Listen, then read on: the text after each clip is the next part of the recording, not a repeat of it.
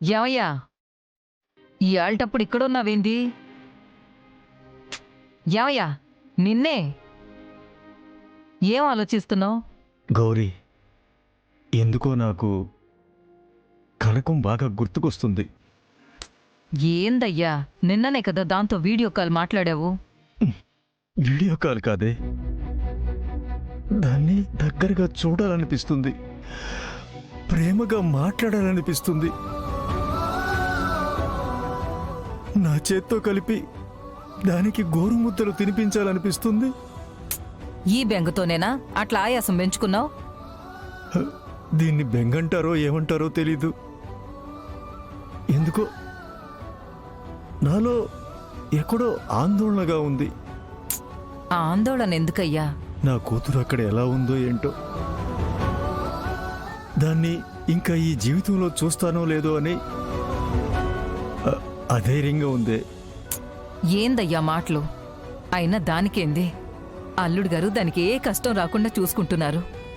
మన అల్లుడు బంగారమే, కానీ దేశం కాని దేశంలో మన అమ్మాయి ఎంత ఇబ్బంది పడుతుందో అని,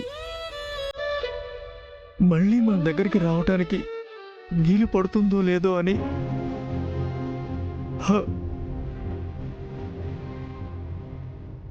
కనకం వచ్చేసరికి నేను ఉంటానో లేదో అని అయ్యా, గుండెల్లో ఏదో దిగులుగా ఉంది. కన్నవాళ్ళకి కూతురికి పెళ్లి చేసే వరకు తొందరే, చేశాక మళ్ళీ చూడాలి చూడాలి అనే తొందర. ఏంటో. ఏంటయ్యా మాటలు? 2 నెలల క్రితమే కదా అల్లుడు అమ్మాయిని తీసుకుని వచ్చాడు. మళ్ళీ నువ్వు చూస్తాను అంటే తీసుకుని రాడా ఏంటి? అయినా నా కూతురు సంతోషంగా ఉంటే నా గుండె గుండ్రాయిలా ఉంటుంది అంటావుగా. ఇప్పుడెంతయ్యా ఇట్ట మాట్లాడుతున్నావు?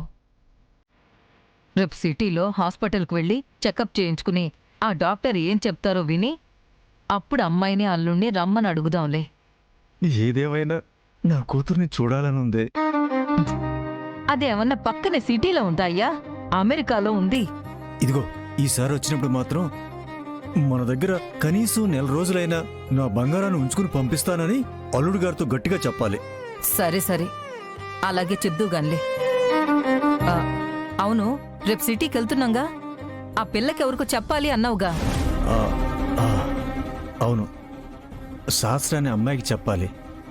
రేపు పొద్దున్న సిటీకి బయలుదేరే ముందు గుర్తు చేయి, ఫోన్ చేసి చెప్దాం.